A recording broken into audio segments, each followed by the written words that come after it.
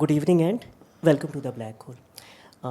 गुर्बत, नाखानदगी, बेरोज़गारी, आबादी में इजाफ़ा, महदूद वसाइल, child labour, poor health infrastructure, नाकस निज़ाम अदल और मुआशी अदम इस्तेहकाम वगैरह। The list of Pakistan's socioeconomic challenges goes on and on. आम तौर पे हमारे समाज में मसाइल के ऊपर ही गुफ्तगू हो रही होती है और हम इसी तरीके से अपना कैथारसिस कर रहे होते हैं।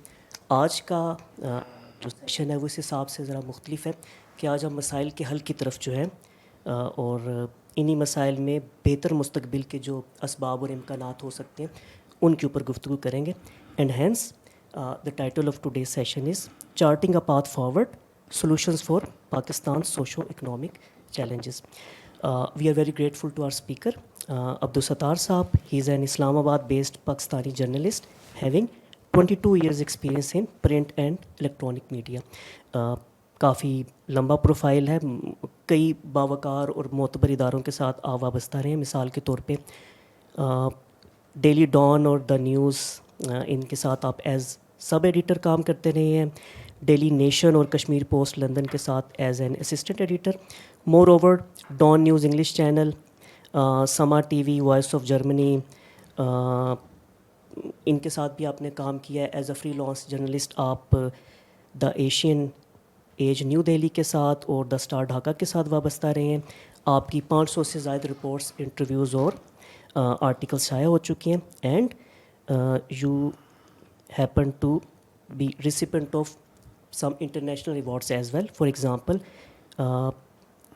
Murrow Award 2009 in hard news category आपकी एक स्टोरी को मिला। We are very thankful to him कि उन्होंने आज इतने अहम मौजू के लिए हमारे लिए वक्त निकाला। आप सब लोगों की आमद का भी शुक्रिया। इससे पहले कि हम सेशन शुरू करें, प्लीज़ अपने सेल फोन जो है वो साइलेंट मोड पे कर लें और गुफ्तगू में शरीक होने के लिए just raise your hand and microphone हाथ में आने के बाद अपनी बात कीजिएगा। तो ख़वातीन व हज़रात, now I will invite Abdul Sattar sahab. Thank you, sir. So today's topic, as you can see, that Pakistan's socio-economic issues, and one of the reflections of this rising inflation could also be witnessed in this hall, where the strength, I could easily blame this thin strength of the audience on inflation. So this has at least benefited me in this way, that I could say that because of skyrocketing inflation, less people are traveling to this place to attend this session. Anyway, let's begin with economic situation, which is already very dire. Pakistan is under $120 billion external debts. And if you add up internal debts, that will become quite huge. And economic growth more or less is stagnant. During like Corona time, it just picked up for a few months or a year because Pakistan opened up earlier than other countries. So we did witness a bit economic activity at that time. But now more or less it is stagnant for some time. In the same way, because of the devastating floods, more than 9 million people also, they were pushed in poverty, adding up to the pool of 60 million people who are believed to be living under poverty in Pakistan. And but the problem is that whenever we talk about our economic crisis or financial crisis, we tend to put blame on masses. When it comes to institutions or state-run entities, we always talked about workers. We always talk about overstaffing of PIA, overstaffing of the railways, overstaffing of the WABDA. But in reality, we tend to ignore most crucial points that have led to a sort of de-industrialization of Pakistan since the time of General Zia. And we don't bother to think as to why all government institutions more or less were running in profit, or at least were not incurring huge losses that they are incurring now. To me, it is because of the neoliberal agenda that was imposed on the country during the time of Mohammad Khan Junaid structural adjustment program. If you look at the list of the government institution or government entities, what we call state-run concerns or state-run entities or state-run enterprises, starting from PIA to Pakistan Steel Mill, they were not incurring huge losses. But the moment the state decided that it's not the job of the state to run business, the moment our Planning Commission and Finance Ministry started, receiving people from those who firmly believe that it's not the job of the state to run the business, this Harvard Economic School's philosophy or Harvard University philosophy or new liberal philosophy that is dominating, or rather has been dominating for more than 3 decades now in Pakistan. That is one of the reasons for so many economic ills that we are facing today in Pakistan. For instance, during the decade of 90s, we decided to introduce independent power producer, what we call IPPs. And whenever there is an economic or financial debate, this topic never features anywhere. They would never tell you, they would always point out that 20 billion losses are incurred by PIA, or 12 billion by, let's see, steel mill, or maybe 6 billion by railway. But they never bother to tell that more than 2 trillion Pakistani rupees we have to pay to these IPPs. And why nobody talks about these IPPs? Because capitalists from Noon League, from Pakistan Tehreek-e-Insaf, from People's Party, ex-bureaucrats, and the people from the powerful elements of the state. And this is the only point where the interests of Chinese capitalists, Pakistani capitalists, American capitalists, Japanese capitalists, and some other capitalists, they converge. When you want to do any business, you have to calculate the cost of doing business. And that cost, in that cost of doing business, energy constitute a very important component. So what happened that when we privatize our power energy sector and we introduce these independent power producer, they have become now the third biggest burden on our economy, the third biggest burden on national exchequer after defense and debt servicing. But nobody bothers to discuss this. So naturally, we brought these independent power producer, and because of that, now you could see energy prices. Today, I was talking to some factory owner, and they say that the commercial rate is more or less 75 rupees per unit. And even for domestic consumer, it is unbearable. People are even committing suicide because of skyrocketing energy bills. So this is one of the factors. And why do I say that neoliberal agenda is one of the most important factors leading to the destruction of Pakistani economy and Pakistan and all the Pakistani, or most of Pakistani financial ills? Basically, what they have done, wherever international monetary institution want to carry out some reform or want to offer loans, they ask 3 things. Number 1, raise energy prices, raise interest rate, and unlimited imports. Even just a few months ago, if you see that when Shehbaz Sharif government, when it came into power, they slapped they rather restricted some of the imports of luxury items, and more or less they have to revisit their decision. So if you are importing more, it's not rocket science. The depreciation of your currency will take place when you are importing more and exporting less.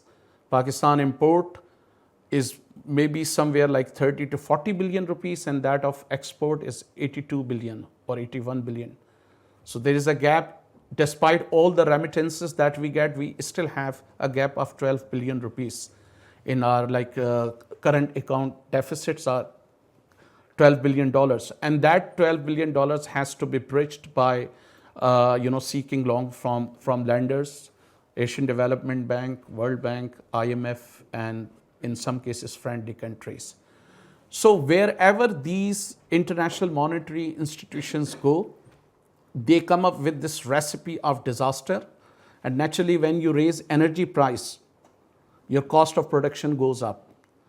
When you raise interest rate, what will happen if you are a capitalist or if you are a factory owner and if you want to expand your industrial, industrial empire, you won't like to buy more machineries because you will have to pay more interest. So that in a way discourages you from expanding your economic or manufacturing facility. And then in the same way, when energy price is raised, cost of production will definitely become higher. And Pakistan at the moment, cost of doing business is higher in the region. It's higher than Bangladesh, it's higher than India. And Pakistan is not the only country where this neoliberal agenda was imposed. We have examples from Latin America where it was ruthlessly used. At one point in Bolivia, private companies were given rights to the extent that they had right even on rainy water. So you could not climb up to your roof and storing water. That triggered massive clashes there. And Evo Morales, the first indigenous president of that state, he came with the slogan of controlling these private companies. So if we talk about the condition of economy, the huge losses that are being incurred by different state-run entities, it is because of the fact that we brought this neoliberal agenda. And there could be another question as to why international monetary institution want to impose neoliberal agenda. There's an inherent problem in capitalist economy. The way it mechanizes or the way it modernizes, production system or productive capacity, you cannot have the rise of consumer in the same way. Today, only 22% of the world's manpower is affiliated with manufacturing, and not a single sector of economy can you name that is not running in overproduction. For instance, I mentioned this earlier, a few years ago, 700 million ton steel was lying unsold in global market. There has been massive production of steel. South Korea, United States, China, and so many other companies, and even there was tariff war between South Korea and the United States some years ago. So you have only 22% of the world's manpower that is affiliated with manufacturing, and you still have this overcapacity or overproduction. So what these monetary institutions are trying to do, they are trying to carry out de-industrialization in third world country. And it's very logical questions. If you are manufacturing this bottle, or if I'm manufacturing this bottle and you are my buyer, why should I transfer this technology? Why would I want you to have that capacity to produce it? It is because of this that in most of the third world countries, or what we call developing countries, we are witnessing deindustrialization. And services sector is larger than manufacturing sector. So new liberal agenda is one of the factors that is leading to our economic crisis and economic problems. The second is one of the biggest factors of this crisis is conflict of interest in Pakistan. And this we can easily see when private individuals or private capitalists or private owner of a factory become the chairman of any state-run entities, that starts declining, that start demonstrating poor performance. For instance, Shahid Khaqan Abbasi Sahab, when he was the chairman of PIA started incurring losses. When he launched his own airline, it is hitting the sky. In the same way, you could have somebody who is running a private medical college. He is also the chairman of a government committee that looks after the affairs of private medical colleges. In the same way, somebody who is running a medical hospital, or somebody who is running a hospital, a private hospital, is sitting in a committee of the government that looks after these all affairs. So conflict of interest is another problem that is behind the economic crisis and economic financial crisis of Pakistan. That is another factor. Let's come to socio-economic issues. So many socio-economic issues are caused because of this economic crisis. Naturally, if you don't have enough money, you can't have your kids treated, you can't put them in a school. And there have been reports in recent weeks that people are pulling out their kids from school, sending them to religious seminaries where they believe that housing and boarding and lodging, everything will be free. And there are people who have been cutting down on their day-to-day expenses. Those who were sending their kids to private school, now they have admitted the same kids to government school because they can't afford it. So socio-economic condition is also getting badly affected because of all this economic crisis. And if you ever visit these langar khanas or free meal of Selani, Data Darbar and other places, and if you ask the organizers there, they would tell you that the number has dramatically risen because of all that economic crisis that we are going through today. So on our socio-economic front, more than 20 million children are out of school, and 67% people do not have a decent housing. In the same way, 80% people do not have access to pure drinking water. This is our socio-economic situation at the moment. And these problems are not something that cannot be resolved. Another problem that contributes to our socio-economic problem is the priorities of our ruling class. We have this strange romanticism with mega projects, building dams, flyovers, underpasses, motorways, and we have very less money for spending on masses. For instance, still we don't have, in many major cities, let alone villages, in many major cities we don't have sanitation, proper sanitation. In many urban areas, we do not have a proper urban infrastructure. And what is the reason? We want to copy like leaders like Shehbaz Sharif Sahab. They want to copy Western society in certain matters.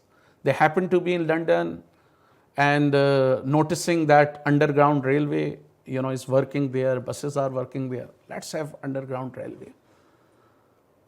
They happen to be there witnessing or happen to see that there are so many flyovers and underpasses. Let's have underpasses and flyovers. But we do not bother to think that those societies first ensure universal education.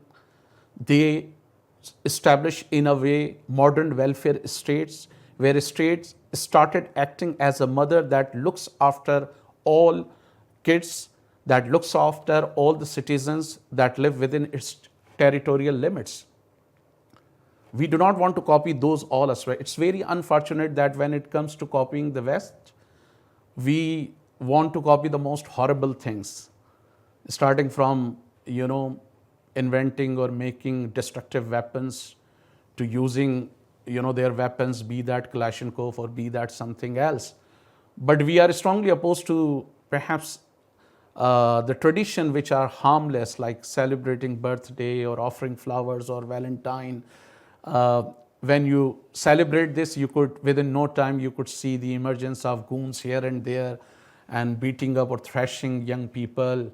So we have this strange fascination with the West, but unfortunately, as Bertrand Russell said somewhere, that the East was trying to copy negative things of the Western world. So we might want to amass in Eastern society and Eastern countries, we might want to amass dangerous weapons, but when it comes to harmless joys of lives that do not do any harm to anyone, we are strongly opposed to that. So mega projects is also one of the factors. If you like, from the decade of 19s, we have spent more than 1,400 billion rupees, 14,000 billion rupees on these projects. And within $5 billion, perhaps we can improve our sanitation, health, education to a great extent. So it is also the matter of our priorities that we are spending on the sectors that do not benefit the common people. And why do we come up with these mega projects? Because they might benefit the company honor of a certain party. They might benefit the company honor of an ex-bureaucrat. They might benefit the company honor who is from the ruling class of Pakistan. So that is one. That is also one of the factors that is contributing to our economic problems. After 18th Amendment, more than 12 ministries have already been devolved to provinces. And according to a report of the World Bank, we have been spending on average more than 300 billion rupees on those ministries. There are some estimates that suggest 700 billion rupees. That's a huge amount. 700 billion rupees. I mean, it's for a very small economy like that of Pakistan, it's more than $2 billion. Remember, we are just seeking $3 billion from the IMF and we are ready to do everything. So since 2009, it means that we have spent more than 3,000 billion rupees, which is more or less more than $9 billion. If you equate it with the exchange rate of 300 rupees, it's more than $9 billion. So on these ministries, according to some reports, it's $300 billion yearly that we are spending. According to some other reports, it's $700 billion. 700 billion rupees. So 700 billion rupees, you can multiply it for 13 years. So that is also one of the factors. Then our social sector development schemes at provincial level and federal level, this year it's more than 700 billion, almost 900 billion rupees, only at the federal level. If you include at all the spending at provincial level as well, it is more than 1800 billion rupees. And what is the irony is, what is the name? Social sector development scheme. This is the name, but we don't have sanitation, proper sanitation. As I have told you that 80% people do not have access to pure drinking water, and that is one of the biggest factors contributing to easily preventable diseases in Pakistan. 44% kids, according to some estimate, would face stunted growth. Why? Because they are malnourished. They can't afford proper food that is healthy for them. So the matter of priorities is also important. For instance, just imagine this underpass that is built close to Amar Chowk in Rawalpindi. It's believed that it cost us more than 1 billion rupees. In 1 billion rupees, you could provide pure drinking water to more than 50 working class colonies in Pakistan. But that's nowhere. And why this indifference of our ruling elite to the masses? There was a time when the section of ruling class would interact with masses at some levels. For instance, in the past, you would not have these CCTVs, cameras. You would not have this modernization. So a factory owner would visit his factory, interact with workers, ask them, meet trade unions. So he would, to some extent, he would know what are their problems. In the same way, if you look at the posh areas of the past, you would notice that they would not house big shopping malls, they would not house markets. So section of ruling class would come to, markets in Lahore, in Karachi, in Islamabad, where they would interact with common people. In the same way, since in the past we did not have a lot of expensive grammar schools, so some sections of the ruling class, they would also go to state-run universities, in English department, in business class, in economic class. So they would somehow interact with the common people and common students, ordinary students. With the passage of time, what happened? That now these all posh areas, they have their own shopping mall. The fourth connection point, was the cinema house. That people from elite or from upper class would go to cinema. They might sit in executive class, but they would still go through the same gate. So they would somehow interact with common people or somehow happen to see the plight of common man or the problems of common men. Now with the passage of time, what happened? You have this modernization. Now a capitalist maybe does not have to visit his factory daily. He could see everything on his smartphone. He could put up cameras and see everything, less interaction. Cinemas, thanks to General Zia, have already gone. There are no, I mean, there could be a few cinemas still featuring some Punjabi or Pashto movies, but most of the Pakistani cinemas, they have already turned into shopping plazas. In the same way, if you visit any elite gated community, you can find international universities campuses there, you can find grammar schools there, you can find markets where even vegetable sellers, everything is available. So they do not want to, they are living in those gated communities and they have no interaction with the common masses. And it's not surprising, in the assembly of 347, perhaps Jamshed Dasti was the only lawmaker who might fall, somehow in the bottom layer of social stratification. But even he has like more money than an ordinary worker. Rest of the, if you look at most of the MNAs or lawmakers, they were not from poor classes. Another problem, in politics, there were two avenues where poor people somehow, people from bottom layer of social stratification could participate in politics: students and trade unions. And if you look at in the past, Jameel Saab is sitting here, he used to be with Mehraj Mohammad Khan, and he would know a lot of students, leaders who were from lower classes, they entered into politics through student union. Like Iqbal Haider, Amir Haider Kazmi, Mehraj Mohammad Khan, they were not from elite classes. Jahangir Badr and so many others, Parvez Rashid. With the arrival of Zia, students' union were also banned. And unfortunately, under all democratic regimes afterwards, they were more or less banned. So that has closed the door of politics for a common man. Then trade unions used to be very powerful during the decade of 60s and 70s, and we had some trade unionists who made it to the parliament, like Mukhtar Rana from Faisalabad and some other people. But now that avenue is also gone. So there is no interaction in a way between the ruling elite and the common Pakistanis. So that's why they do not know, or rather they might know their problems, that they don't want to do anything.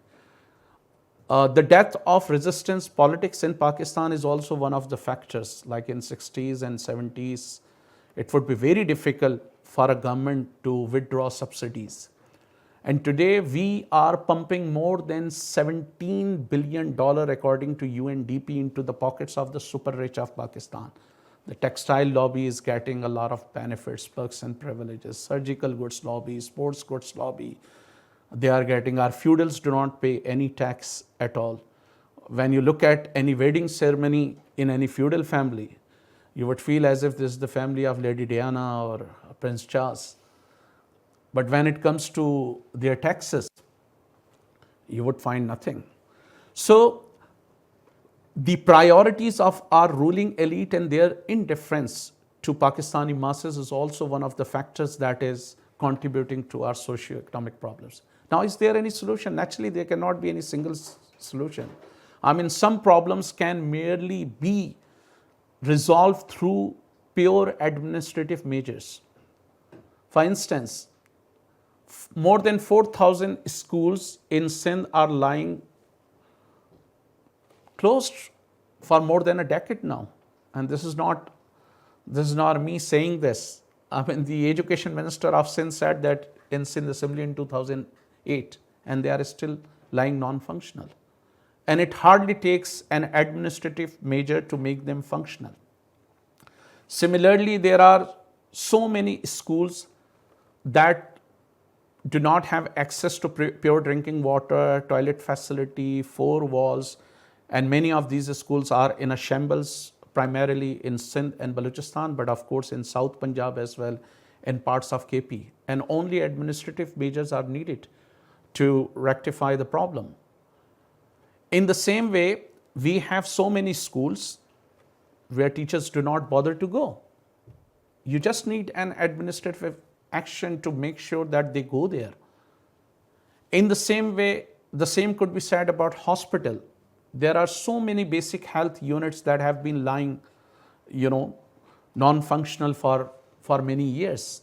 And again, an administrative action is needed to do that.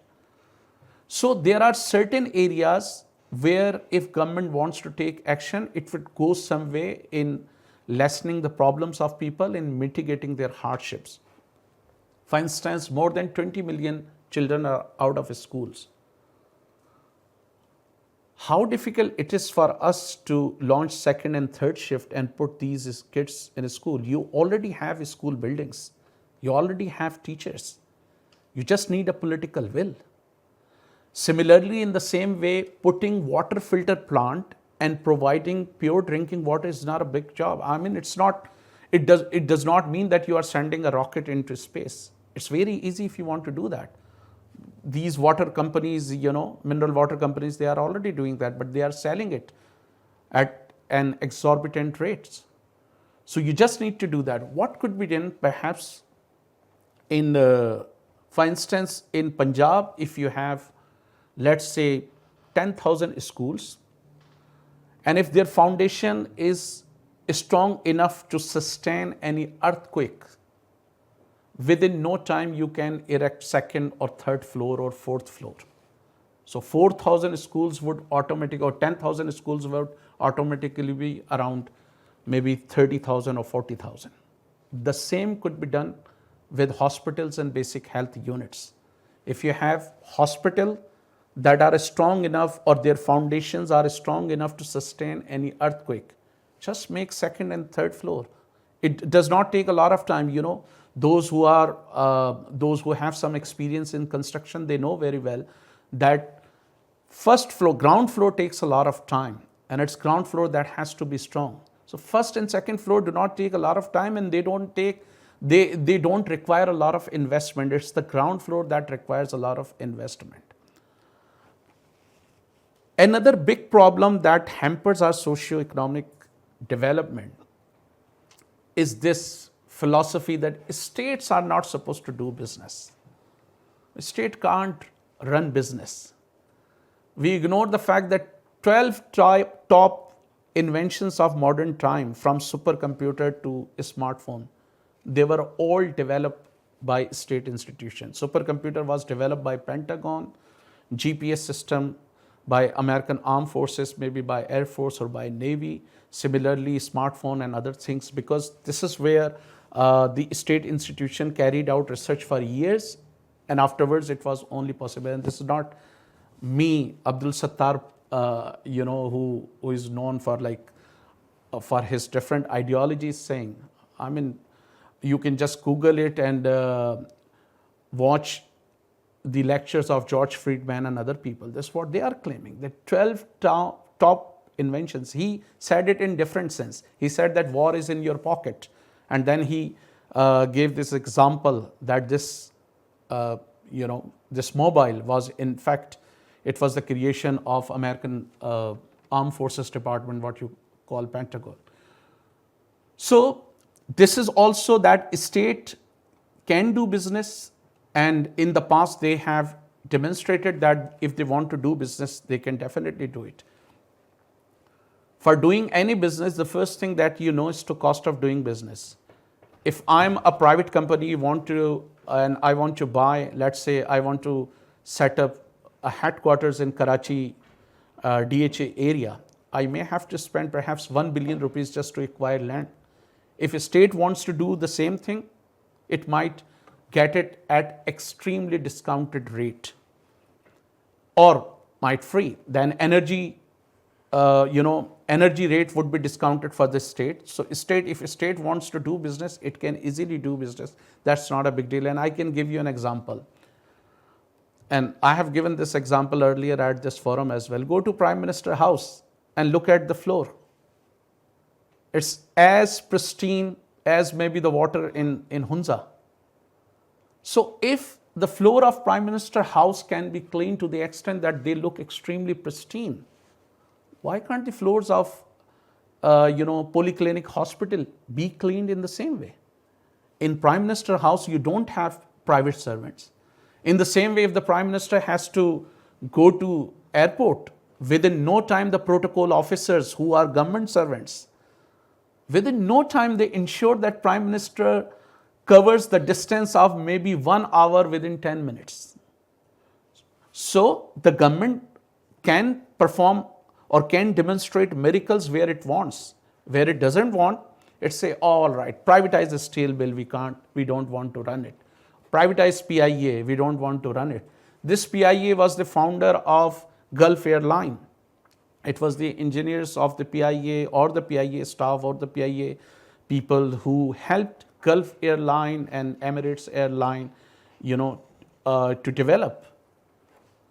And it is ironic that before the government of General Zia, why these all state-run entities not incurring huge losses?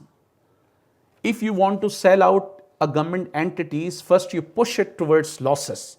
Otherwise, you don't have any justification. So what you do in the first step, you pull out investment. So if you have an expensive generator and you need maybe 10,000 rupees to repair it, since the government has already stopped investment, the generator will go completely faulty. And once that has gone faulty, maybe other activities will also be affected. So this philosophy that state are not supposed to do business is also one of the factors. What is needed is the politics of resistance. And when I say resistance, that does not mean picking up arms and challenging the state authority. That means political struggle. That means to advocate that we need a state that treats its citizen like a mother. We need a state that ensures free education, access to basic amenities or necessities of life, healthcare, housing, employment, and these all facilities. And naturally, people in advanced world, if they have got all these facilities today, it's not without a struggle. Don't assume that it was given in a plate to them. From Chartist movement to the struggle of the workers in Chicago, you could find a lot of examples where people took to the street, where they demonstrated for their rights and they got it. So we need to challenge this philosophy that states are not supposed to do business. We need to question the priorities, the development priorities of our state. We need to question the subsidies that are withdrawn from the poor and doled out to the rich. If we have enough courage to raise these questions, I hope that there could be a way forward. Thanks a lot.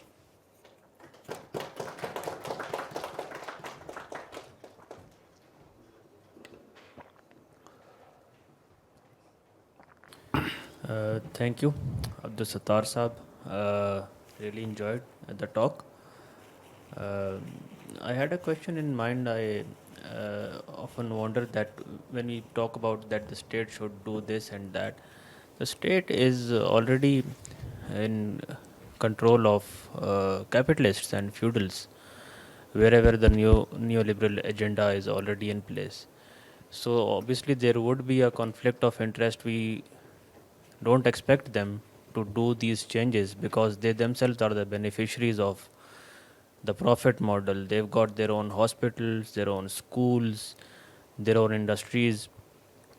So the only people who could implement these changes would be those who are not from among them. It has to be someone else who will come and replace these people, and those people would not have to be capitalists. So because if they are capitalists themselves, they would not implement these changes. So here there is a clear contradiction that most of the people, they know what to do, but they won't do it. So what's the way forward for in that situation? Because the only option is that these people have to be replaced. I think it's a battle of narrative. If you look at, that's not the case in Pakistan. Like in the UK, Saeeda Warsi, who was one of the parliamentarians, she said that in the House of Commons that 6%, 6 or 7% Oxbridge, those who were educated at Oxford and Cambridge, they were dominating 67% of the finance, media, politics, and all that.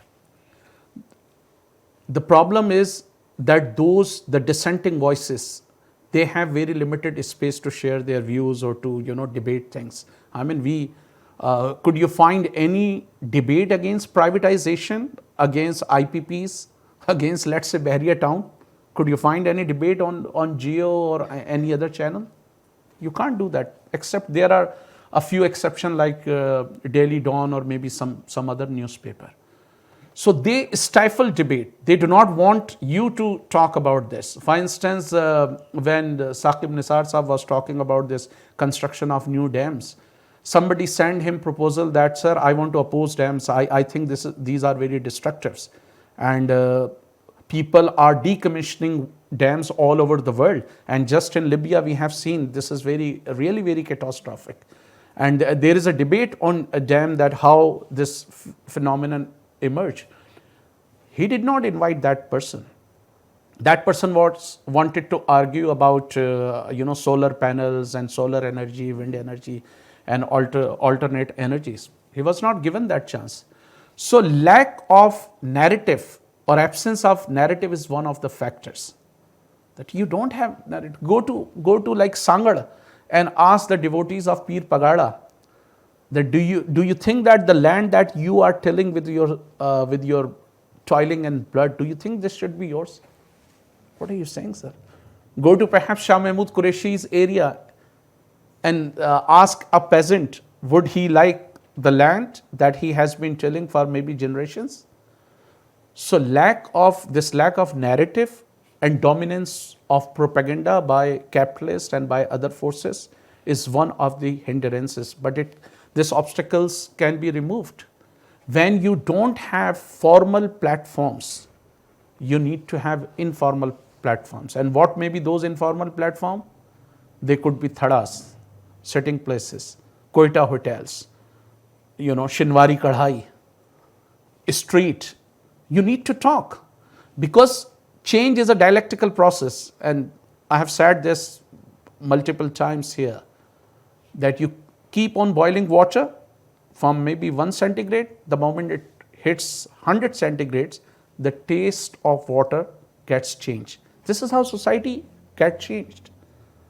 I mean, if 4 or 5 or 20 people think that education should be free, health should be free, basic amenities should be fundamental rights of every human being, and commercialization of water, commercialization of health, commercialization of education is not acceptable. If those 20 or 10 people multiply their strength, and then they keep on multiplying their strength, so one day, of course, there will be time when people take to the street and when people are ready to snatch their rights if they are not given. So I think narrative is extremely important. You can see, I can give you just one example on this, the question of construction of dam. From a man in the street to the Chief Justice of the country, they offer the same argument. As Marx said somewhere, every popular idea is the idea of ruling class. So they do not control you by police or judiciary and coercive apparatus of the state. They also control you through propaganda. I mean, it's not ironic. And if you want to understand the importance of propaganda, how come the United States, like 1.6 million people do not have access to housing, or they don't have proper housing, and more than 3 million housing units are lying empty because they can't afford it. So to give you an example from the United States, for instance, the US spent between 1945 to 2001 $16 trillion on weapons, defense and defense related things. 16 trillion. And if you add Iraq and Afghanistan war, that's $24 trillion. 24 trillion, can you imagine? And you hardly need, and when Joe Biden started talking about this student loan, there was a lot of hue and cry. There were so many people who were opposing it. So it's the narrative, and if you see, oh, if you start paying people, people will become lazy, and they won't work, and it's not good to give charity, it's not good to give discount to the people. So narratives is very important. If 4 people are coming, talking about an issue, and do not try to multiply their strength, then you won't witness any change. But if they have a mission to propagate their ideas, to convince other people, to come to a conclusion, to strategize, then of course this is how society gets changed. Hello, sir. So, my question is quite simple. If someone stands up to the government, like, for example, Arshad Sharif, you know what happened to him? He was assassinated. And this is our government. If someone stands up to the authorities, they probably get assassinated or probably thrown in jail. So what should we do? If we stand up, we're in danger. There was a historian who said that if Paris suffers from flu, the entire Europe will catch fever. And why did he say so? Because of the French Revolution. And French Revolution did not succeed. It did not succeed the way it should have been. But even then, it transformed the entire society. So some historians believe that 10 unsuccessful rebellions could lead to one successful revolution. So if you fail, you try again. If one person has been suppressed, maybe other person, you can't just keep on suppressing people all the time, because people are sometimes like a spring. You keep on pressing a spring, and a moment comes when a spring becomes so powerful that when it bounces back, it will hit your hand. So in the same way, this is how masses are. As we know that in management, Maslow's theory, we say that first the human nature is we go towards the need. As what in Pakistan, when the discussion starts with the economic issues, so the entire 80% conversation goes to the issues. That's what we did and we are seeing. So if we go towards the solution, the today's youth think that the only solution is to leave Pakistan, firstly.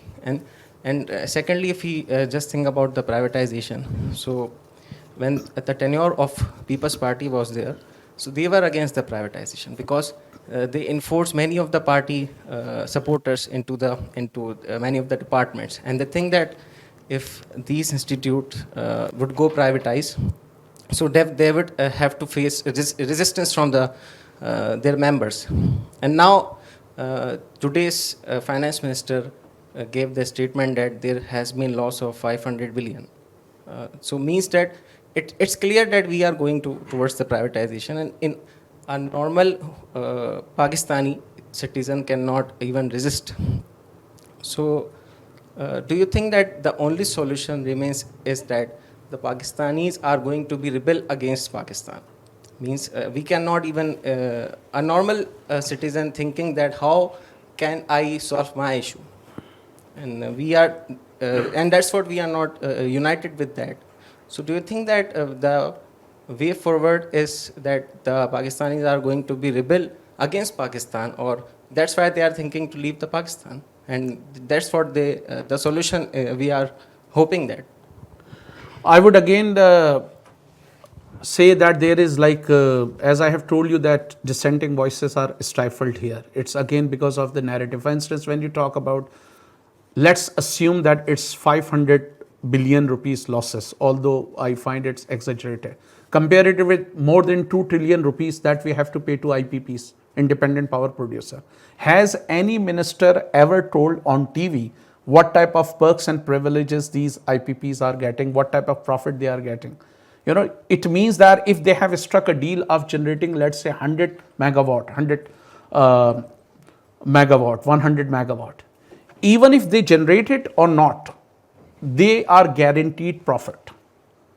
So the problem is, again, when it comes to the losses of government run entities, they always put blame on workers. Oh, look at 90,000 workers are working in WAPDA. Oh, look at railways had 70,000 workers. Nobody will tell you that who took away freight from railway. Can you imagine the operation of any railways in the world without freight? And even if I name, my feet would start trembling, right? So this is the problem. In the same way, nobody tells you who sold out profitable routes of PIA, who destroyed its maintenance, engineering, and repair departments. So, as I said, conflict of interest, that somebody sold profitable routes of the PIA, and then he went to the same airline to serve. He went to the same airline. Nobody talks about, they talk about workers. They never tell you about the salary of, let's say, Pakistan State Oil CEO or chairman. Go and check with the finance ministry what is his salary. What may be the salary of the executives who are working at Pakistan Steel Mill, which has been more or less closed. But look at the perks and privileges of the executive. They will tell you about workers' pension. They will tell you about provident fund. They will tell you about other dues of workers for which workers also paid from their own pocket. So this is how they develop narrative. Put all the blames on workers, on all the overstaffing. If PIA seems to be overstaffed today, naturally you had maybe 30,000 workers because you had more aircraft. And you had more aircraft because you had more routes. With the passage of time, what you did, you sold out profitable routes to your own cronies or to foreign capitalists.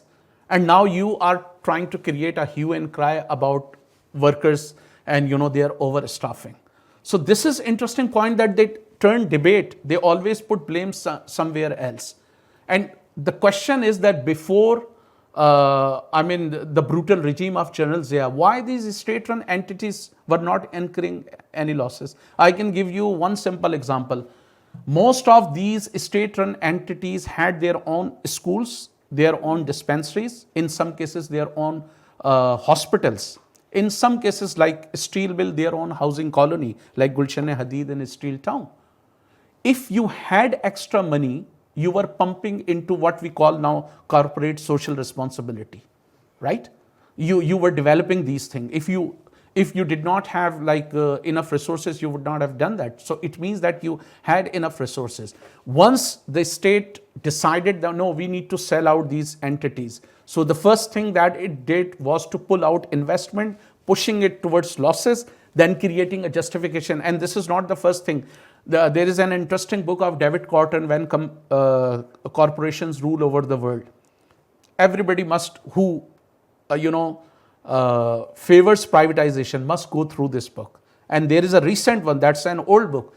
The recent one, by recent means during the last 20 years, The Confessions of an Economic Hitman by John Perkin.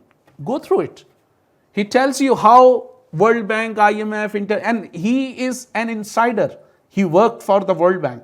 He worked for these international monetary institutions. So he will tell you that how they push third world countries towards privatization, liberalization, deregulation. And what is deregulation?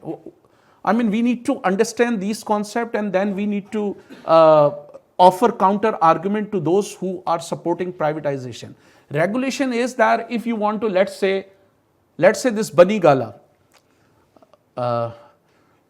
my friend is also living there. So Bani Gala, according to some people, it was a place where no construction could have been carried out. So regulation would perhaps say that this is a sensitive area, you can't drill this, mountains because it could create ecological disaster. Once you deregulate, that condition is gone. You can allow any real estate actor, you could say. In the same way, if your regulation says that you can't carry out any real estate activity or any construction activity in fertile land or in fertile territory or on agricultural land, abolish regulation and you will have a plethora of housing colonies. Recently I visited Sheikhupura. Within a radius of 10 kilometers there were 19 housing colonies. How many? 19. And they were all rice and some other crops. So this basic philosophy, privatization, deregulation and liberalization, it has been destructive, not for Pakistan, for many third world countries. And if you think that because of free market economy you can be prosperous, more than 150 countries of the world have this phenomenon of privatization and free market economy, more than 150 countries.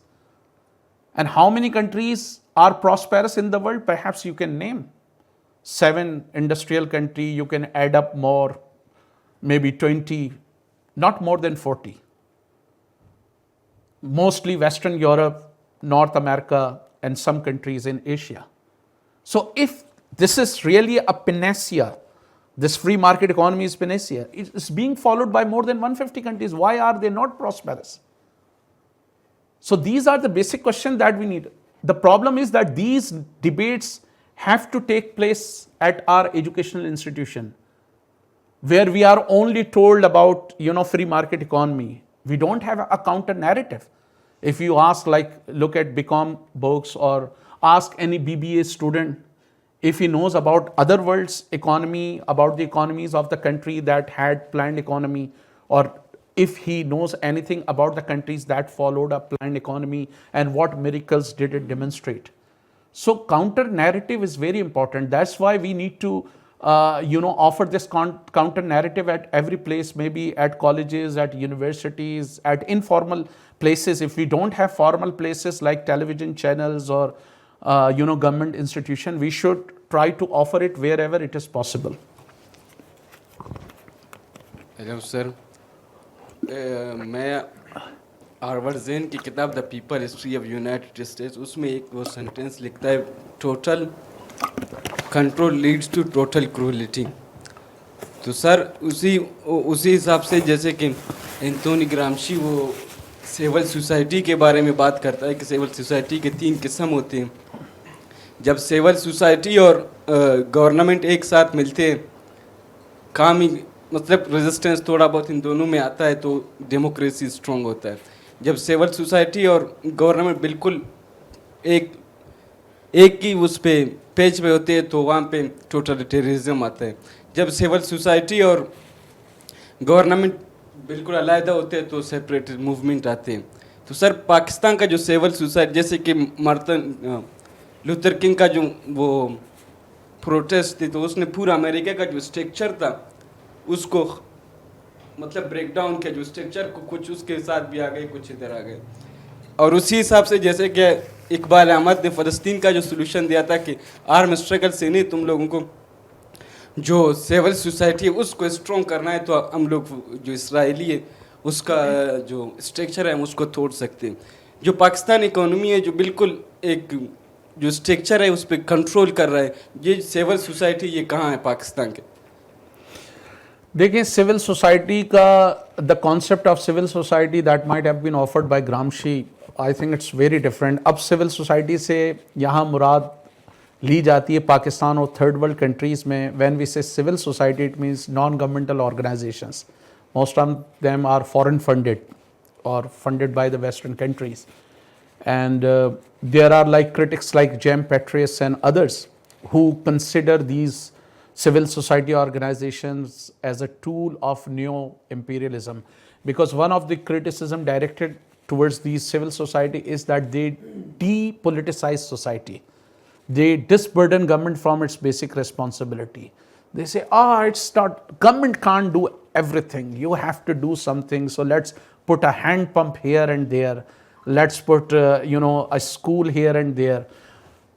अब देखेंगे even civil society रियासत जैसे जितने बड़े ममालिक होते हैं इतने बड़े स्ट्रक्चर पर काम नहीं कर सकते. शायद कोई छोटा सा इलाका हो, कोई रिमोट विलेज हो, they might carry out a few works in small areas, but when it comes to entire state it's very difficult.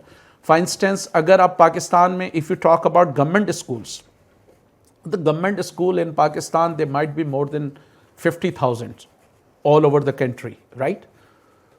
If there is a civil society organization, it may be running 1 school, 2 school, 3 school, 30 school at max, right?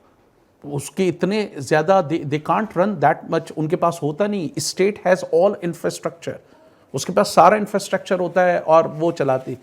Again, what the problem is that whenever we have this debate, we do not want to discuss the country that followed a different path. For instance, Cuba. You won't find the mention of Cuba in any debate. It's the most educated Latin American country.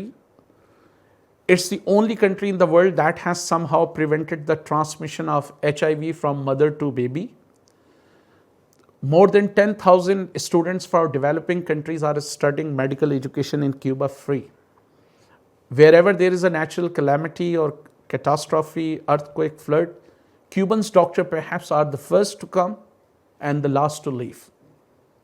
उनका कभी आपको कोई तस्करा नहीं मिलेगा कि भाई वहाँ पर किस तरह उन्होंने अपने socio-economic, and that is all despite the fact that United States and some other countries have slapped the island state with sanctions for more than 40 years now.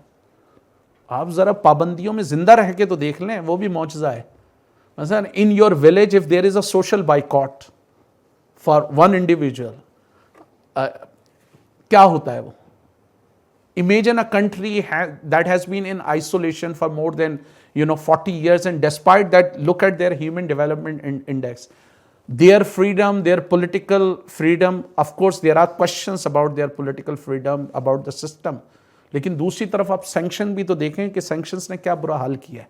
तो कंट्री का जिंदा बच जाना ही इस मेयर सर्वाइवल है. तो हमारे यहाँ जो सिविल सोसाइटी का मामला है, देखें मार्टिन लूथर का, again I would give you an example. If Martin Luther had been talking about this resistance in a close room with 3 people, and those 3 or 4 people had not multiplied their strength, would he have witnessed the type of movement that he did? He won't. Ideas, until and unless you propagate ideas, until and unless you create like-minded people, it's very difficult to bring a change in any society. So first you have to understand, and then you have to propagate those ideas, and you have to bear in mind कि you have to multiply your strength. If you can't multiply your strength, फिर तो वही रहेगा. पूरी दुनिया में movement ऐसी ही होती है कि आप अपनी स्ट्रेंथ को मल्टीप्लाई करते हैं. मल्टीप्लाई नहीं करेंगे तो वो फिर वैसे ही रहेगा ना. आप इमेजिन करें, वो जो आपने सिविल सोसाइटी की बात की, वो इस तरह हो सकता है कि you don't need arm struggle. For instance America जो है, it did not lose war in Vietnam jungles. It lost war in the campuses of the United States when your own people stood against it. When people like Bertrand Russell, Leopold Sartre and others, जिन्होंने जंगों की मुखालफत की. आप ये देखें, ये जो Syria के मामले में इन्होंने इराक की, the way they invaded Iraq, they wanted to invade Syria in the same way. But remember, during the Iraq war, 1 million people took to the street in London. And people all over Western world, taking to street, उसका impact हुआ थोड़ा सा. They could not, उन्होंने जिस तरह Iraq का जनाजा निकाला, सीरिया को भी उन्होंने किया, लेकिन उस तरह वो नहीं कर पाए. तो ये political resistance बड़ी अहम होती है. Peaceful political resistance is very important. You need to wage peaceful political resistance and counter narrative. Counter narrative होगा तो वो. Imagine if we start teaching our kids. Like when we talk about environment, we always tell, oh, if you throw this, this will happen. If you throw this garbage or this tissue paper. Have we ever told them that what may be the impacts of the nuclear detonation that France has carried out in South Pacific Ocean? Maldives is literally on the verge of extinction. Have we ever shown our kids nuclear detonation or nuclear blast or nuclear attacks in Hiroshima and Nagasaki? If we start showing our kids, मैं देखता हूं कितने बच्चे 20 साल बाद जो है वो जंग की हिमायत करते हैं. You will notice, start showing them the horrors of those war, and then after 10 or 20 years, notice how many kids favor war. So narrative, ये जो ग्रामशी ने कहा, ये बड़ी अहम बात है कि जिस तरह आपके जहनों पे कब्जा किया हुआ है ना. यहाँ यार आप किसान को, if you go to a peasant and tell him कि ये ज़मीन तुम्हारी है, वो तो साईं क्या कह रहे हो. मसलन can you say that going to Dera Murad Jamali and say that this is not Jamali's land, this is your land? Sai क्या कह रहे हो आप, गुनाह कर रहे हो, you are committing a sin. तो ये जो domination है ना, intellectual domination, ideological domination, that's really very lethal. And the biggest reason is that our institute, universities, colleges, they don't have this alternate debate. उनका वो एक ही है, वो आपको करंट अकाउंट डेफिसिट पढ़ा देंगे, फिस्कल डेफिसिट पढ़ा देंगे, वो आपको जो है वो मार्केट इकोनॉमी पढ़ा देंगे, स्टॉक एक्सचेंज कैसे चलती है, ये वो कभी आपको ऑल्टरनेट व्यू बताएंगे नहीं. तो alternate view is very important. और ऑफ कोर्स वो पीसफुल रेजिस्टेंस जो है दैट्स प्रोफाउंडली इंपॉर्टेंट. वो पीसफुल रेजिस्टेंस के हमने देखे हैं चमत्कार, हिंदुस्तान में भी आज़ादी के वक्त उसका रोल रहा है. साउथ अफ्रीका में जो अफ्रीकन नेशनल कांग्रेस ने की है, ठीक है वहाँ पे एक लिमिटेड लड़ाई भी थी, फिजिकल लड़ाई भी थी, लेकिन बाय एंड लार्ज उसकी पीसफुल रेजिस्टेंस रही नेल्सन मंडेला की. Any other question? Sir, what's the mechanism or secret behind the rich are tapping the sky and the poor are tapping the ground? Tapping, sorry, I didn't. अमीर अमीर से अमीरतर होते जा रहे हैं, गरीब गरीब से गरीबतर होते जा रहे हैं. उसके पीछे क्या राज है? Because once you say that economy rotates around profit, this profit is blind, then it means that you have a voracious greed to accumulate wealth. और इसकी कोई वो नहीं है. आपने देखा नहीं कि अभी खाली अमीर होना नहीं, अमीर में फिर जी टॉप 60, फिर टॉप 40, फिर टॉप 20, फिर टॉप 5. एक इंसेन रेस है ये. And it's like logically if you think, let's assume in a society there is only 10,000 available 10,000 acre available land. You say, bhai, rich and poor have always been there. They, poverty can't be abolished. And we try to, when it comes to poverty, we offer the same arguments that we used to give, when women demanded right to vote, when slaves demanded emancipation. So we used to say, slavery, slaves, they are natural. Slavery is natural. There are some people who are, less human.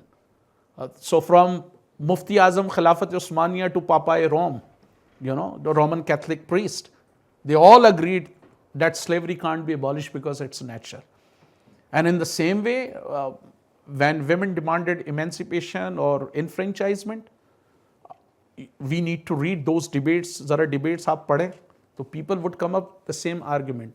तो उसमें यह है कि if there is 10,000 acres available land, you say rich and poor will be there, so naturally 5 rich people might occupy more than 9,000 acres land, and with the rest of 9,995 people might be living like insects in 2-marla house or 60 square yards house or 20.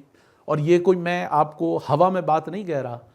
There's an architecture in Karachi, Arif Hassan, he wrote an article, very interesting article years ago. I remember reading it. So it was like something in Liari, let's say, I don't exactly remember what he said, but it was something like in Liari, if 20 people are living in a 80 square yards, in DHA defense of Karachi, maybe 2 or 3 people are living in 600 yards. That's the difference. और उसका फिर result क्या है? Now today we have some rich people having 5 farmhouse in Islamabad, 2 in Lahore, 6 in Karachi, maybe 10 in Peshawar. On the other hand, we have slums. Karachi, Bombay, Kolkata, Rio de Janeiro, ये दुनिया की जो top 10 cities हैं ना, जिसमें सबसे ज़्यादा कच्ची आबादियाँ हैं, Karachi is among them. जो पाकिस्तान में से जो है. And slums are not confined to just Karachi. I mean, you can go Lahore, you can go to Lahore, you can even see in Islamabad. तो वो बुनियादी तौर पे फिलॉसफी है जो अमीर अमीर तरीन हो रहा है, गरीब गरीब तरीन हो रहा है. Profit oriented economy. This profit oriented economy, until and unless you counter this profit oriented economy and you challenge the very base of economy and its definition. Economy ki one of the definitions of economy could be that it meant to maximize profit, it's meant to accumulate wealth, it's meant to enrich the richer. There could be another definition of economy which advocates serving humanity. So they say that economy means that you have to fulfill the needs of human beings. अब ये पूरी दुनिया में आप देखें, जैसे America में मैंने बताया 16 लाख लोग बेघर हैं, 30 मिलियन के से ज़्यादा हाउसिंग अपार्टमेंट खाली पड़े हैं. और चाइना में अभी बहुत बड़ा क्राइसिस है. China is going to witness a big crisis, real estate. वहाँ पे millions of housing units are empty. Why? Because economy is not based on needs. If economy is based on needs, you would say that somebody needs a house. For the God's sake, he's sleeping on footpath. For the God's sake, under the sizzling temperature, his kids, walking around bare feet, let him have shelter. But if your economy is based on profit, you would say, oh, I would suffer losses, why should I give? So this is the main problem. Economy की जो definition है ना, the definition of economy has to be revisited. It has to be redefined. It has to be defined in a way that it benefits people, not a few individuals. अब आप ये देखें ना, ये जो अमेरिका, ये दुनिया की जो टॉप 60 अमीर लोग हैं, the top 60 richest people of the world, their wealth is greater than those maybe 2 million people, 2 billion people. तो आप कैसे चला? How can you run the system? ये जो वेस्टर्न इंटेलेक्चुअल ट्रेडिशन थी, रेनेसांस से जो कि अकली पैमाने पे चीज़ों को सोचते थे, आज उसको रीडिफाइन करने की ज़रूरत है. कौन सी अकलियत है यार? मसलन if you talk about rationally, if you are talking about that environment is crucial for us if we want to survive, environmental sustainability is important. Now you know that, let's say we need 100-ton fish, and you know that fish जो है their availability वो limited है. पूरा north सी आपने खाली कर दिया है मछलियों से. क्यों? बिकॉज आप इतने, वो जाले जो होते हैं वो इतने छोटे होते हैं कि वो अंडा बच्चा सब कुछ ले जाते हैं उसके अंदर. और क्यों? Because there is a race between companies, deep sea trawler, they are fishing. तो अगर आप, if you based your economy on needs, you would say for the God sake, if all fish, if they all disappear, how will we sustain ourselves? So you will put some limits. You might say that in certain season you can't do fishing. And if you look at old fishermen in Balochistan, in Sindh, they still follow this sustainable pattern. But there are foreign, deep sea trawler maybe coming from South Korea, China and some other countries. They take away everything. तो और वो, why are you using deep sea trawler?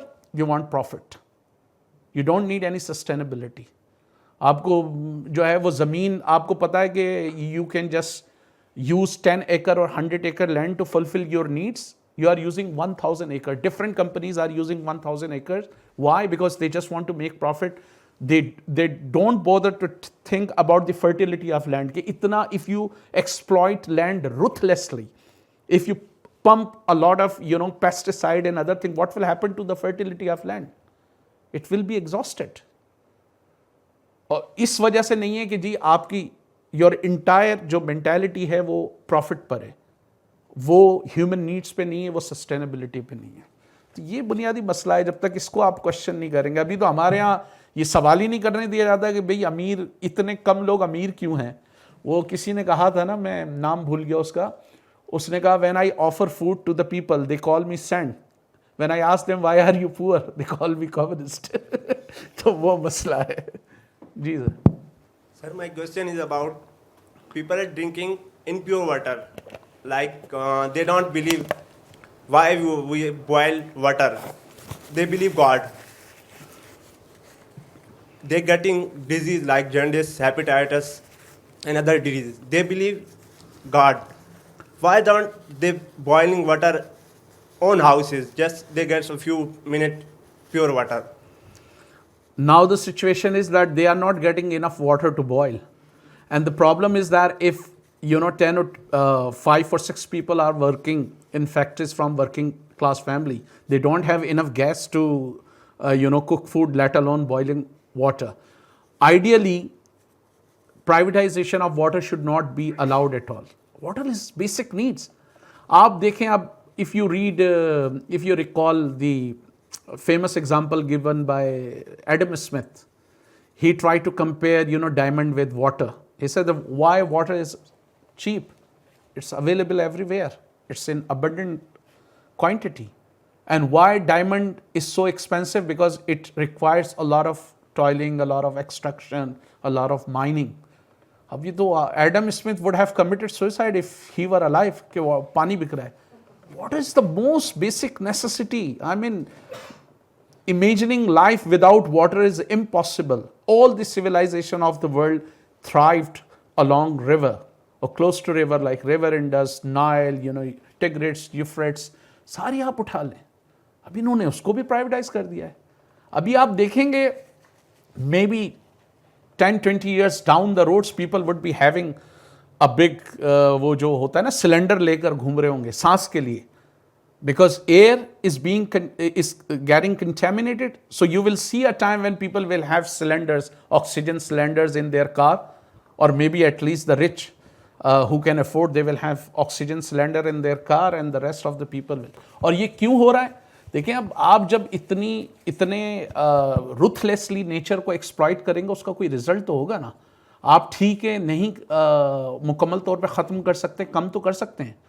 بھائی اگر مجھے فرض کرو کہ ایک سوسائٹی کی جو پاپولیشن ہے 15 ملین ہے, 15 ملین موبائل چاہیے, تو 15 ملین موبائل کے لیے اگر 100 فیکٹریاں کام کر رہی ہیں, وہ دھواں نکال رہی ہیں, تو ٹھیک ہے 100 کو نکال لیں تو آپ نے 1000 فیکٹریاں لگا لی ہیں, اور 900 تو وہ فری میں دھواں نکال رہی ہیں نا.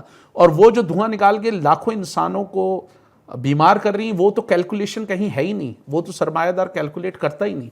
جس طرح world bank for a very long time world bank یہ کیلکولیٹ ہی نہیں کرتا تھا کہ یہ جو ڈیم بنتا ہے اس سے جو ڈسپلیسمنٹ ہوتی ہے لوگوں کی, اس کی قیمت وہ کاؤنٹ ہی نہیں کرتے تھے. یہ ابھی 10-15 سال 20 سال پہلے انہوں نے یہ کاؤنٹ کرنا شروع کیا. اچھا, کچھ 1-2 سوال اور ہیں جی. کہ موجودہ مہنگائی عام آدمی پہ بہت زیادہ اثر انداز ہو رہی ہے. عام آدمی کس طرح تبدیلی لا سکتا ہے؟ پہلی بات تو ہم یہ دیکھتے ہیں کہ اس مہنگائی اور اس جو جس طرح کا معاشی حالات ہیں, اور اس کے اندر جب ہم یہ دیکھتے ہیں کہ IMF کی ایگریمنٹ کی وجہ سے حکومت بھی کوئی اقدامات نہیں کر سکتی, کوئی چینج نہیں لا سکتی, عوام کے خواہش پہ بھی نہیں لا سکتی کوئی چینج. IMF کی ایسی شرائط ہیں جس کی وجہ سے بہت سی چیزوں کے ریٹ میں بھی کمی بیشی نہیں ہو سکتی. تو اب عوام تو اپنے آپ کو ایڈجسٹ کر رہی ہے جیسے بھی حالات ہوتے ہیں, کیونکہ احتجاج کا کوئی اثر ہی نہیں ہوتا. ایک تبدیلی کا عنصر یہ ہوتا ہے کہ الیکشن کے ذریعے جو ہے وہ کوئی تبدیلی لائی جا سکے. عام عوام یہی کر سکتی ہے, ایک سافٹ انقلاب اگر کہا جائے تو یہی ہو سکتا ہے. ابھی آج آپ نے سنا ہے کہ الیکشن کی ڈیٹ بھی اناؤنس ہو گئی ہے. تو آپ کیا دیکھتے ہیں پاکستان کا مستقبل کیا ہے؟ عوام کس طرح سے تبدیلی لا سکتی ہے, اور کیا ہم اگلے 5 سالوں میں یہی معاشی حالات رہیں گے, یا کوئی آپ دیکھ رہے ہیں کہ کوئی ترقی ہوگی, کوئی تبدیلی ہوگی؟ ابھی ہم یہ بھی دیکھ رہے ہیں کہ موجودہ جو حکومت گئی ہے اور کچھ ادارے مل کر آپس میں ادارے نے انیشیٹو لیا ہے کہ بھئی وہ پاکستان کے معاشی حالات کو بہتر کیا جائے گا. تو آپ اس اقدام کو بھی کس نظر سے دیکھ رہے ہیں؟ تو آپ اگلے 5 سالوں میں پاکستان کا مستقبل مطلب کیا دیکھ رہے ہیں؟ کہ پھر ایک ہم ایسے معاشی صورتحال پہ پہنچیں گے کہ پھر ہم IMF کی کڑی شرائط کو پورا کر رہے ہوں گے؟ دیکھیں اگر as I told you earlier کہ اگر 3-4 یہ اقدامات کریں جو اتنا مشکل نہیں ہے, میرے خیال سے پھر بھی تھوڑی بہت غربت کم ہو سکتی ہے. دیکھیں اگر آپ کچی آبادی میں بھی جائیں نا, تو بیچارہ جو مزدور ہے وہ بھی اپنے بچے کو گلی محلے کا جو انگلش میڈیم اسکول 5 مرلے میں بنا ہوا اس کو بھیج رہا ہے, ٹھیک ہے. اب 3-4 ہزار اگر ایک بندے کے 3-4 بچے ہیں تو 2-4 ہزار تو اس کے پڑھائی میں چلے جاتے ہیں, 2-4 ہزار اس کے پانی میں چلے جاتے ہیں, پانی بھی نہیں ہے, ٹھیک ہے. اور خدا نخواستہ اگر اس کو ہیلتھ کا جھٹکا لگ جائے بیماری کا, اور وہ ہتھے چڑھ جائے شفا یا آغا خان کے یا کسی پرائیویٹ ہاسپٹل کے, تو وہ جو ہے نا وہ اعظم گڑھ کے کسائیوں سے بھی, اعظم گڑھ کے کسائی بھی اس طرح ذبح نہیں کریں گے جیسے وہ ذبح کریں گے اس کو. تو اگر اسٹیٹ جو ہے یہ 4-5 چیزیں بھی بہتر کر لینا تو یہ غربت میں کمی ہو سکتی ہے. And you just need administrative action. اگر اسکول میں کوالٹی ایجوکیشن ہو, اچھی خالی ایجوکیشن نہیں, quality education, quality health, pure drinking water, یہ 3 چیزیں بھی اگر آپ کر لیں تو اس کا مطلب ہے کہ ایک عام آدمی کے بجٹ سے 8-9 ہزار روپے اس کو بچ جائیں گے, and he can use it somewhere else. And naturally you need to nationalise IPPs. یہ جو IPPs ہیں نا, یا تو ان سے ری نیگوسیٹ کریں کہ ان کا ڈراسٹیکلی ان کا جو چارجز ہیں اس کو نیچے لے کر آئیں. اس کے بغیر آپ بھول جائیں. You can talk about foreign investment and investment. The question is that capital has its own movement.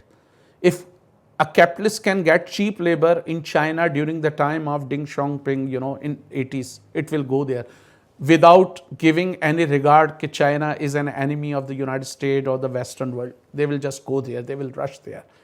if a capitalist feels that he can find cheap labor and so many facilities in Bangladesh, in Vietnam, in Malaysia, in Indonesia, they would go. Capital does not have any boundary. अब आप अगर capitalist हैं और आपको बिजली जो है let's say मिलती है बांग्लादेश में 5 रुपए पर यूनिट और आपको श्रीलंका में मिलती है 50 रुपए per unit, where would you go? आप कहाँ जाएंगे? आप 5 रुपए वाले पे जाएंगे. तो ये जब तक आप बिजली सही नहीं करेंगे आप इसको you can't revive the economy. हमारे यहाँ ये जाली ड्रामे होते हैं जैसे नून लीग के दौर में किए गए कि जी रोड बना लें, ब्रिजेस बना लें, उससे इकॉनमी वक्ती तौर पे ट्रिगर हो जाती है और उसके बाद सूरत हाल मज़ीद ख़राब हो जाती है. इसी तरह you set up power plants, you did not have transmission system. मसलन कोई आपकी बिजली की जो कैपेसिटी है वो 32,000 मेगावाट है और जो ट्रांसमिशन जो है वो 18,000, 19,000, 20,000 इतनी है. तो आपने ये वही है कि आप पानी ले आए हैं लेकिन मैं आपको ये पानी दे नहीं सकता. Having educational institutes is not an issue, or quality education. Quality education, free quality education is an issue. Otherwise you have quality education. What do you think about these grammar schools? Their syllabus is almost the same. If you look at their syllabus and if you look at syllabus of UK or the US, you will find very little difference. There's not much difference except perhaps the compulsory subjects like Islamic studies or Pakistan studies and history. Rest of the subjects are the same, but in a country where the salary of a laborer is 25,000, these schools may be charging 40,000 for a child. Just how can he afford? تو اصل معاملہ وہی ہے نا کہ آپ کو خالی you don't need to have educational institution, you need to have educational institution that are imparting free education. Quality free education. So that's what we need. 5 years میں یہی ہوگا جب تک لوگ اپنے ان کا گریبان نہیں پکڑیں گے حاکموں کا, حاکموں سے سوال نہیں کریں گے. if they don't ask tough questions تو یہ بڑا مشکل ہوگا کہ وہ ہو. 5 سال میں آپ کو کوشچن کرنا چاہیے نا کہ بھئی کس طرح ہمارے یہاں ہیلتھ, سینیٹیشن, یہ ساری چیزیں بہتر ہوں گی. جی سب سے پہلے آپ کا بہت شکریہ. جب ہم آئے تھے تو ہمیں یہ لگا تھا کہ آپ نہیں آئے, کوئی 15 منٹ لیٹ ہے, تو ہم نے سوچا تھا کہ یہ کس طرح کے ہمارے وزٹنگ اسپیکر ہے جو آپ بہت ٹائم سے پہلے آئے تھے. بالکل میں نے آپ کو نوٹ کیا تھا جب انٹر ہوتا. سر میرا بہت سادہ سا سوال ہے کہ اگر سارے مسئلوں کا حل کیپٹلسٹ ہے تو جتنے بھی کیپٹلسٹ کنٹریز ہے دنیا بھر میں تو ان کے لیبر بھی بہت مستحکم ہے اور وہ ہر لحاظ سے ترقی پہ ہے, اور ایون وہ ہمارے جیسے ممالک کو جب ایڈ دینا ہوتا ہے, جب سپورٹ کرنا, تو یہی کیپٹلسٹ جو ہوتے ہیں وہ ہمیں سپورٹ کر رہے ہوتے ہیں. نہیں کوئی مسئلہ نہیں, دیکھیں آپ کر سکتے ہیں, میں آپ کو بتاؤں. میرا اپنا خیال ہی it's difficult but you can do. Number 1 is that we had a very long lecture here, I don't know if you attend that, capitalism and exploitation. So this is a fallacy that if capitalists are developed, it is because capitalism. They are not. You might be surprised to know that the most protectionist economies in the world have been that of France, the UK and the United States in the history, right? So they did not come to India or Bangladesh, Africa to industrialize those regions. They in fact just plundered, taking away, raw material and all that. And then of course slavery, colonization and so many other factors. So much material is available on that. If you just Google it, you can find, the people ranging from Noam Chomsky to, so many other thinkers. You will know کہ یہ ہماری سب سے بڑی fallacy اور اس پہ بڑی یہاں پر debate ہوئی ہے کہ if the West is developed, is it because of hard working of capitalism? No, it's because of sheer plunder and exploitation and colonization. For instance, before 1992, how many intellectuals or scientists or people of good caliber could you find in the Western world? 13th century سے پہلے آپ جائیں, there are economists who believe even up to 18th century the level of economic development was the same in the world. تو یہ جو western world, Japan اور ان لوگوں نے ترقی کی, اس کے پیچھے بہت ruthless exploitation ہے. And Noam Chomsky posed very good question. He said that is it merely a coincidence that G7 countries also happen to be the colonial powers. France, UK. Before industrial revolution, according to Jaron Diamond, 35% of the world was under the control of Western colonial empires or Western colonial powers, 35%. And by 1945, it was 85%. So, this fallacy that they have developed, of course, there are individual examples, their own working class people who worked hard and developed their industries. But by and large, when the British, for instance, in India, when they arrived, the contribution of the UK to global GDP was 1.2, and that of India was more than 23, right? Chinese contribution to global GDP before the arrival of the Western people was more than 25, और वहाँ पर उन्होंने they imposed opium wars on China when China refused to open their borders for opium trade. So they captured a number of ports, including this Hong Kong ports. It's like saying that permit Afghan Taliban to sell drugs in Oxford Street in London or maybe in New York. Imagine if they are allowed to sell it openly. What may be the future of Afghanistan? How much money can it make in the next, let's say, 4 or 5 decades? And according to some estimates, in the early decades of 19th century, more than 40% of British trade consisted of opium. Opium war हुई है. तो वहाँ पर जितना इन्होंने किया है, out of 50 states of Africa, 22 were captured by UK, 20 were captured by France, and the rest 8 were captured by other powers including Belgium and Portugal.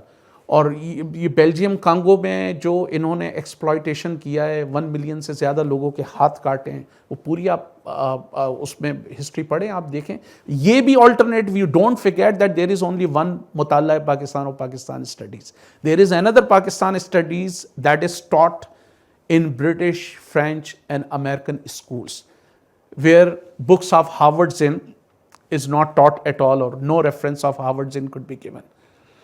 तो जो अब हमारे यहाँ क्या, हमारी इकोनॉमी का क्या पावर है?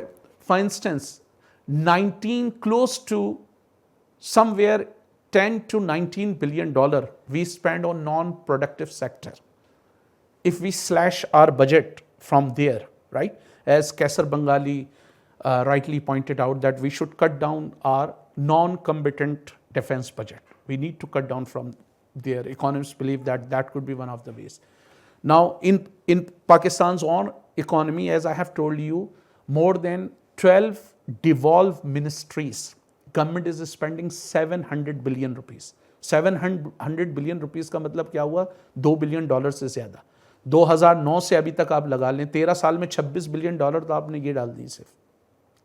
फिर आपका ये जो सोशल सेक्टर डेवलपमेंट स्कीम है, इसका इस साल का भी तकरीबन जो बजट अभी ये जो इन्होंने नून लीग ने पेश किया है, चारों सूबों का मरकज का लगा के 2200 बिलियन रुपीस है.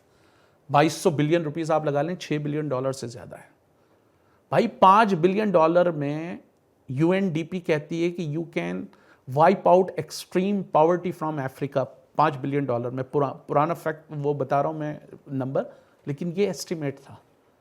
तो आप अगर करना चाहें, आपके पास पैसा है, द मैटर ऑफ प्रायोरिटीज़ जो हैं वो आपकी डिफरेंट है कि ब्रिजेस बना दें, डैम बना दें. और ये इस वजह से होता है, ये कैनेडियन जब ये during the decade of 1930s when the great depression, you know, when the world was plunged into Great Depression. So John Maynard Keynes came up this ideology or this assumption that when the capitalist economy faces crisis, then state should pump money into different projects, even if they are not needed.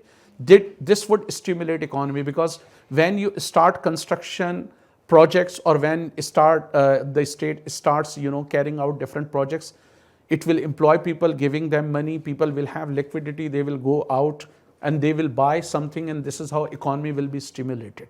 लेकिन that could be true for a big economy like the United States. हमारे जैसे छोटे मुल्क के लिए कहाँ से आप रोड बना दें, उसकी कोई फाइनेंशियल यूटिलिटी है नहीं, कोई कमर्शियल वायबिलिटी है नहीं, कि एक रोड आप बनाएं, चलें जी, उस रोड से कोई 2 लाख गाड़ियाँ गुजर रही हैं, اور وہ ریونیو آپ کو دے رہی ہیں, اسٹیٹ کے پاس کچھ آ رہا ہے, آپ نے بس ایک روڈ بنا دیا بیکاز مے بی کسی ایم این اے کو ٹریول کرنا ہے, مے بی کسی سردار کو ٹریول کرنا ہے. تو ہمارے پاس ایک ون آف دا پرابلمز جو ہے وہ میٹر آف پرائیورٹیز ہے. ہماری پرائیورٹیز جو ہے نا وہ عام آدمی کے لیے ہے ہی نہیں. کتنے میں نے اور آپ نے کتنے پروجیکٹ کا سنا ہے جن کا بنیادی مقصد سینیٹیشن کو بہتر کرنا ہے. اور polio we haven't been able to wipe out polio. کہاں سے آتا ہے وہ؟ سینیٹیشن کا ہی ایشو ہے نا, کہ اگر آپ کی بہت اچھی سینیٹیشن ہو کم از کم آپ فیوچر میں تو پھر نہیں آ سکیں گے نا یہ کیسز. تو کبھی آپ نے سنا کہ کوئی ایسا پروجیکٹ ہے افیکٹو مینر میں کہ وہ یہ ڈیسائیڈ کرے؟ اب امید جو آپ نے بات کی نا, جب تک ہمارے سیاستدان یہ ڈیسائیڈ نہیں کریں گے کہ جی یہ 2.5 کروڑ بچہ اسکول سے باہر ہے, 6 مہینے میں ہم اس کو اسکول میں کریں گے, 80% لوگوں کو پینے کا پانی میسر نہیں ہے, ہم ہنگامی بنیادوں پہ واٹر فلٹر پلانٹ لگائیں گے اور ہم 1 سال میں تمام لوگوں کو پینے کا صاف پانی دیں گے. اسی طرح لوگوں کو کوالٹی ہیلتھ فیسلٹی نہیں ہے, ہم 3 سال میں یہ انشور کریں گے کہ ہر یونین کونسل پر جو ہے لیول پر بیسک ہیلتھ یونٹ ہوں, ڈسپینسریز ہوں اور یہ سارے معاملات ہوں. اور جب تک آپ صحیح معنوں میں پاور ڈیوالو نہیں کریں گے لوکل باڈیز. اب ہمارے as I have given you the example کہ from Bilawal Bhutto Zardari to Shahbaz Sharif, they all have been to UK. Go to UK and ask the powers of a councillor, the union councillor. They never want to copy that because that goes against their own interests. They still want to have, development funds for M&A and MPAs who just want to lavishly spend it or who just want to recover their investment. جب تک local سطح پر نہیں ہوگا, union council کی سطح پر یہ آپ کے الیکٹڈ ریپرزنٹیٹیو کو ڈیسائیڈ کرنا چاہیے کہ اس علاقے میں کتنے سکولز ہوں, کتنے ہاسپٹل ہوں, سڑکیں کتنی بنیں. اور آپ ایڈمنسٹریٹو نقطۂ نظر سے بھی یہ بہت آسان ہے. کیا آپ ایکسپیکٹ کریں گے کہ ایک FBR کا انسپیکٹر موٹر سائیکل پر جائے لاہور میں گھڑی شاہوں میں اور وہ کسی مٹھائی والے سے کوئی ٹیکس لے لے یا کسی ہوٹل والے سے کوئی ٹیکس لے لے؟ یہ تو یونین کونسل کا ہی کوئی بندہ ہوگا, اس کو پھر یہ ایزی پڑے گا نا کہ موٹر سائیکل پہ نکلا اور اس نے ادھر سے بھی ٹیکس لیا ادھر سے بھی ٹیکس لیا. آپ کی ٹیکس کلیکشن کا بھی یہ ایک وہ ہے معاملہ. تو جب تک آپ ریئل سینس میں ڈیوالو نہیں کریں گے, ابھی جیسے یہ صرف 7 منسٹری کا, یہ جو 12 سے زیادہ منسٹریز ہیں, 17-18 کے قریب منسٹریز, 700 بلین اگر آپ یہ ریئل معنوں میں سینس کرتے ہیں. پھر ہمارے ہاں یہ ڈپلیکیٹس ہم بہت کرتے ہیں. ہمارے ہاں نیب بھی ہے اور وہ بھی ہے anti corruption establishment, interior ministry بھی ہے, پولیس بھی ہے, مثلا FC رینجرز بھی ہے اور پولیس بھی ہے. فیڈرل سطح پہ بھی اس کی انوائرمنٹ کی منسٹری ہے, وہاں پر بھی ہے. After 18th amendment effectively you need 3 and 4 ministries. Defence ہو گئی, فائنینس ہو گئی, یہ 3-4 آپ کو منسٹریز چاہیے. آپ کو یہ جمعہ بازار نہیں چاہیے. اب اس کا کیا ہوتا ہے کہ اسلام آباد جس کی آبادی بہت کم ہے, اس کو 40 ارب روپے سے زیادہ کا وہ مل جاتا ہے بجٹ, اور اس میں کیا کرتے ہیں وہ دھڑا دھڑ سڑکیں جو نئی بھی بنی ہوئی ہیں ان کو توڑ کے دوبارہ بنا رہے ہوتے ہیں. ٹھیک ہے, اگین یہاں پر بھی آپ ڈیولپمنٹ دیکھیں, کچی آبادی میں کوئی ڈیولپمنٹ نہیں ہو گیا. ابھی چلے جائیں یہاں مہر آباد کچی آبادی ہے اور جا کر دیکھیں کیا حال ہے لوگوں کا. ٹھیک ہے, کچی آبادی جہاں پہ ماس میجورٹی رہ رہی ہے وہاں کچھ نہیں ہے. بہارا کہو کے علاقے میں چلے جائیں, وہاں جو کچی آبادیاں ہیں وہاں پر آپ دیکھیں ابھی بھی یہی ہو رہا ہے کہ جی جو پوش علاقے ہیں اس میں روڈ ڈبل بن رہا ہے, پارک ڈبل بن رہا ہے, سارا وہ ہو رہا ہے. تو آپ کا یہ جو پرائیورٹیز ہے یہ بڑا اہم ہے کہ آپ کی your policies are people centric اور they are elite centric. In our case they are elite centric. $17 billion کی ہم سبسڈیز دے رہے ہیں بھائی اپنے سارے امیر لوگوں کو. آپ اٹھا کر دیکھیں, اب 3 کروڑ آپ کے ہاں گاڑیاں ہیں, 3 کروڑ گاڑیوں کو اگر آپ ریپلیس کر دیں, اب 3 کروڑ گاڑیوں میں اگر فرض کرو 50 لاکھ کاریں ہیں, 50 لاکھ کاروں میں 50 لاکھ لوگ جا رہے ہیں نا, ان 50 لاکھ لوگوں کو آپ آرام سے 5,000 یا 10,000 کاروں سے ریپلیس کر سکتے ہیں. پابندی لگائیں یا پھر ان کاروں پہ ہیوی ٹیکس لگائیں کہ جو لے کر جن کو شوق ہے. آپ بسیں کر دیں, اس میں 3 کروڑ میں زیادہ تر موٹر سائیکل ہیں. اگر آپ کی پبلک ٹرانسپورٹ اچھی ہو تو بیچارہ سب سے زیادہ ایکسیڈنٹ میں بھی موٹر سائیکلسٹ مرتا ہے. سب سے زیادہ ایکسیڈنٹ آپ اٹھا کے دیکھ لیں, اس میں بھی سب سے زیادہ وہ مرتا ہے.